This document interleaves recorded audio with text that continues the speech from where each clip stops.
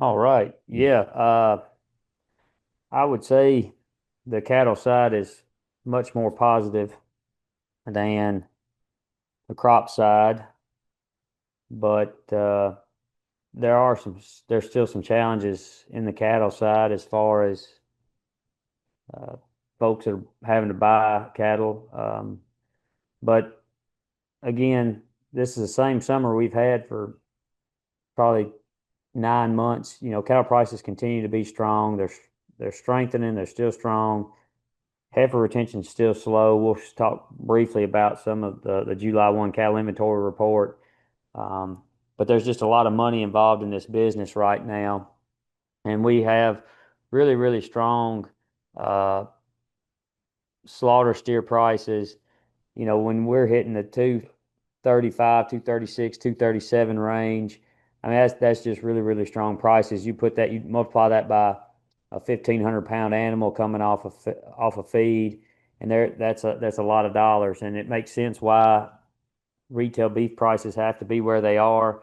But the packer is not making a whole lot of money. Actually, the packer is probably losing money in most cases right now. And the feedlot, the only thing that's bailing the feedlot out right now is just that the finished cattle prices continue to move higher. 5 to 6 weight cattle prices, a little over 360 on a 550 pound steer in Tennessee. I know there are people that are concerned that prices may dip a little bit during the fall run.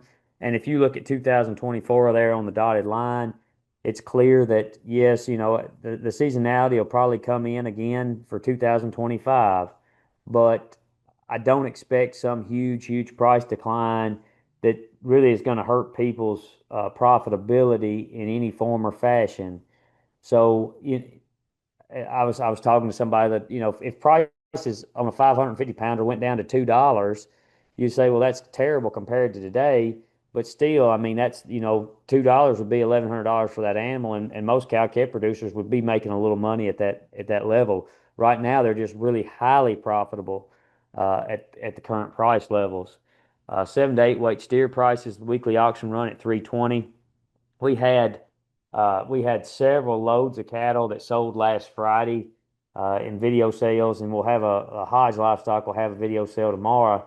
But a lot of 800-pound cattle in Tennessee going for that 335, 336, 337 type range, 338. That all those 8 weight cattle in that mid 330 area, whereas 9 weight cattle were largely in the 320 to 325, or yeah, we'll just call it 3 to 320 area. So a lot of dollars involved in with these cattle, and most of our stocker producers are making money right now on the cattle that they purchased, and that's again simply the same way with the cattle feeder because prices have just continued to increase. But at some point, we do know prices will soften, so there will be a turn in this. It's just how we manage our risk during that time period that will determine profitability long run. Slaughter cow prices continue to be strong. We've kind of seen a plateau finally. Again, the plateau is much later than what seasonally it would have been, but we're around 162 on breaking slaughter cows. Again, a very, very strong salvage value for a lot of people will have 13, 1,400 pound cows. So you take a 1,400 pound cow at a buck 60. That's a lot of money once again, well over $2,000 for a slaughter cow. And people will complain about how much a bred heifer or a bred cow cost. But when you can sell a slaughter cow for over $2,000 and replace her with a younger animal for uh, not too much more than that, that's a pretty good trade in a lot of instances. I do realize there are people that just need more cows, so they don't have anything um, to sell because they need more cows. Uh, people need to look at what that profitability looks like as far as do they think what can they afford to pay for these females, whether they be bred open or what they're going to have in them when they do calve and when they're going to be marketing the first calf off of them, because that may be a deciding factor in what people can pay. Sometimes it's not. Some of them they just want to buy cattle. Um, slaughter year to date, heifer slaughter's been down 3.7%, steer slaughter's down 3.3. So far, what that tells us is the first 7 months of the year is we've still been killing just as many heifers as we have steers. So that means that the retention is not there yet as far as based off of what's come off feed. Now we are starting to see a few slight pieces of information that are suggesting that there is a little bit of retention. Where the real retention would be is that we've really slowed down on cow kill. And so people are retaining these older cows because they realize these, even a calf that's a squatty calf that ain't much of a calf will still bring a lot of value. And what the market's told us is putting weight on those cattle is much more valuable than not putting weight on those cattle. Meat production, beef production is down 2.1%. Uh, I guess what I'd like to say is, from the standpoint, I probably should have put a couple of different other slides in here, but the concern on more beef cows, needing more beef cows, we're not going to need more beef cows. We continue to produce more beef with less cows in today's environment than we ever have. So, yes, we are growing these cattle bigger, bigger, bigger, bigger. And so we just don't need as many of them. So the whole thing of we need to get back to this number of cows or that number of cows, I don't really buy into that completely because we can grow them bigger. The genetics have the potential to grow bigger. Uh, Now, can we continue to push those genetics? I don't know that that's the case. I don't know. Should we? I don't know if that's the case either. But right now, it's not like we need a lot of cattle to meet that demand because we just produce so much from each animal. Pork production is almost unchanged. It's just down 0.8%. And broiler production has finally started to pick up, which we would have expected a couple of years ago as beef prices started to increase. But what's been clear by the consumer is they still demand beef over pork and chicken. Uh, these carnivore diets that a lot of people are on, there's a strong demand just for protein in general, and in particular for beef. We have continued to import lots of beef, and most of that beef is lean grinding beef. Uh, Brazil and Australia are the primary import sources, and we're going to continue to import that beef.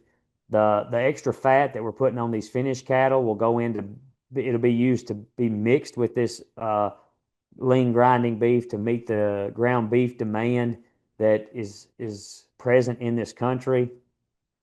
On the opposite side, our exports have declined. That makes sense. We're producing less beef. Beef prices are higher.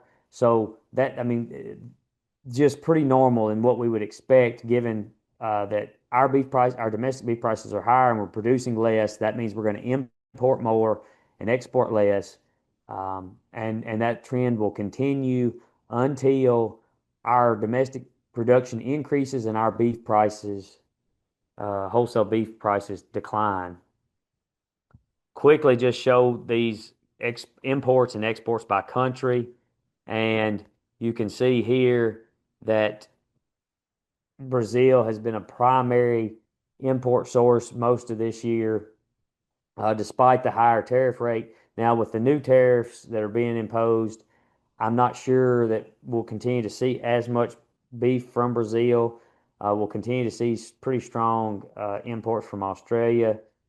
New Zealand may or may not be a player. That'll just depend on what their herd situation is because they've been struggling with a few things there.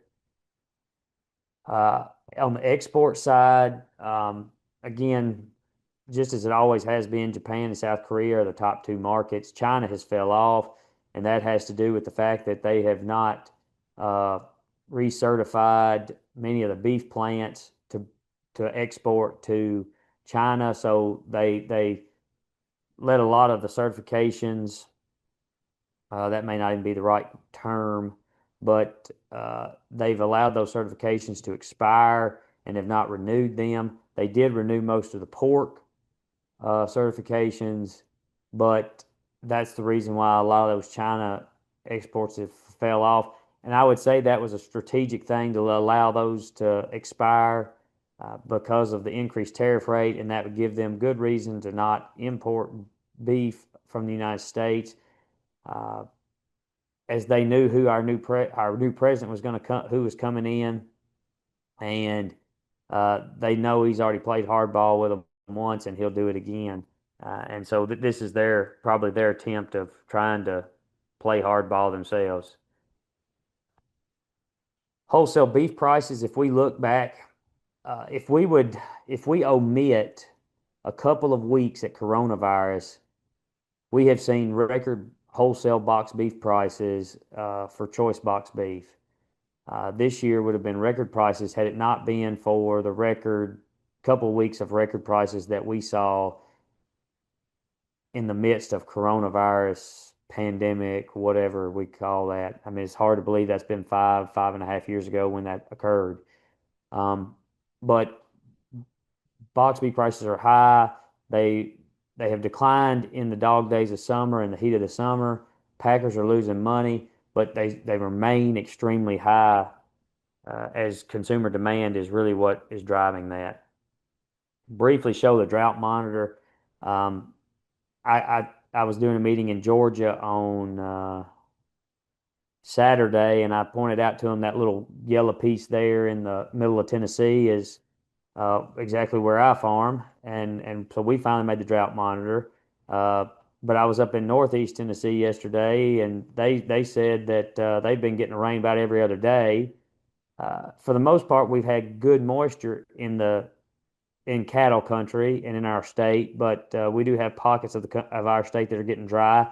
But if you look to the western region, you can tell there it would be really hard for uh, for producers in that part of our country to really, if they wanted to expand any type of cow herd, it's very unlikely that they're going to do that because of the drought situation that they're in. Granted, what we're really looking at is that most of our cattle are being in the plain states and in the southeast. There's not as many in those western states, but still, at the same time, they're probably not going to see any type of expansion in those regions due to forage availability. At the same time, I think I'm going to pass over hay stocks just so that I mean, we can, I guess I should talk about them briefly anyway. We have strong hay stocks. I would say most producers in our state have had a good hay crop from a quantity standpoint. Actually, seeing John Goddard on the meeting here, we talked about it briefly a couple of weeks ago.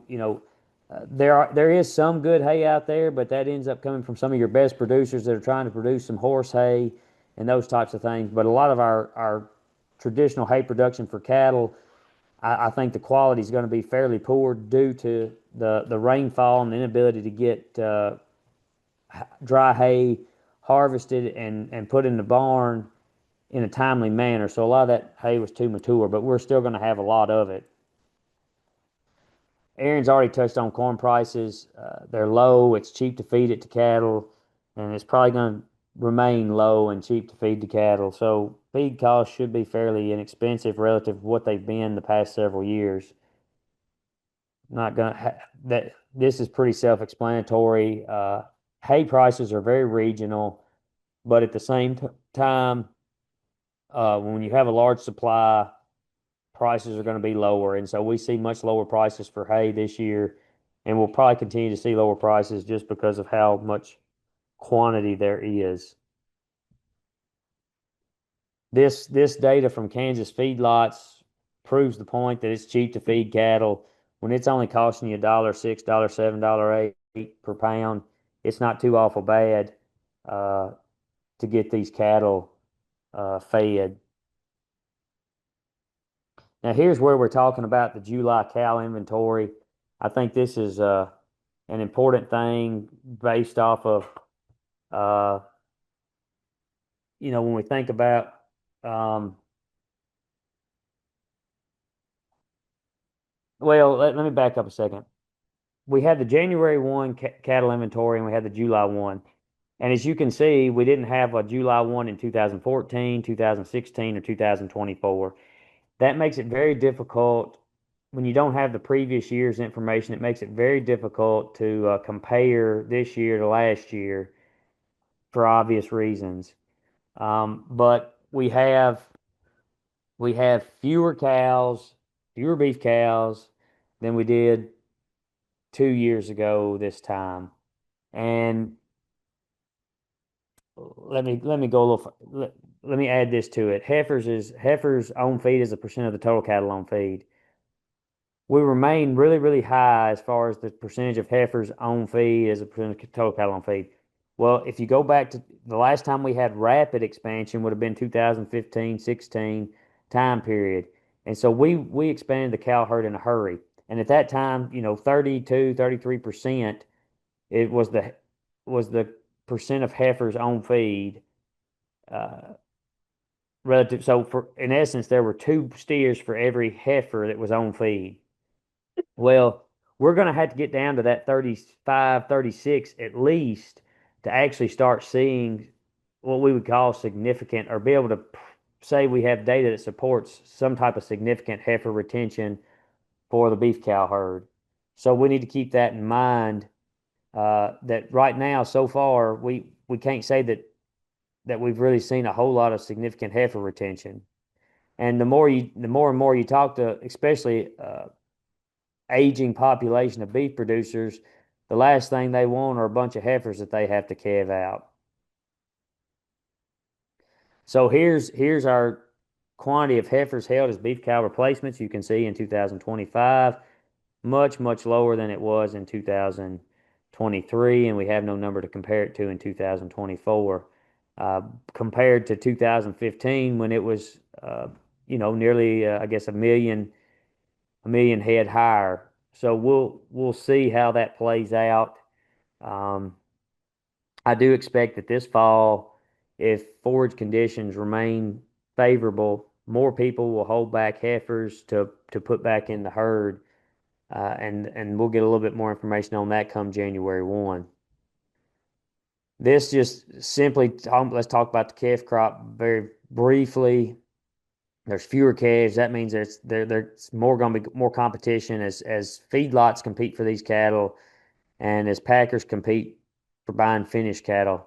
Fewer animals. That really, all this information simply is saying it supports prices moving forward. The August feeder cattle futures closed yesterday at 341. I mean, this is uh, this is getting to what we call ridiculous prices. Um, I'll do easy. So this price represents an 800-pound steer. So if we do simple math, 8 times 3 is $2,400 plus 40 times 8 would be 320 more dollars. So that's $2,720 for an 8 weight steer. 27. I mean, there are, we've got 9 weight cattle that are pushing $3,000 a head. They're going into the feedlot. There is a lot of money involved in this business, and it is right now for those who own them and are selling. It is making a lot of good money. But there will be a day when prices will go down, and it will be a day when there is a lot of money lost if risk is not managed appropriately. November is very similar at 335, and I really don't expect. I expect prices to remain strong. I'm not going to say they won't decline to some extent at some point, but cattle prices are going to remain strong for probably at least another 18 months to 2 years. So just brief projections, really strong prices. Here's what more people are looking for: 5 to 6 weight steer prices over the next 4 or 5 months. 7 to 8 weight steer and heifer prices, load lots over the next 4 or 5 months, and it's just a really, really, really strong market right now.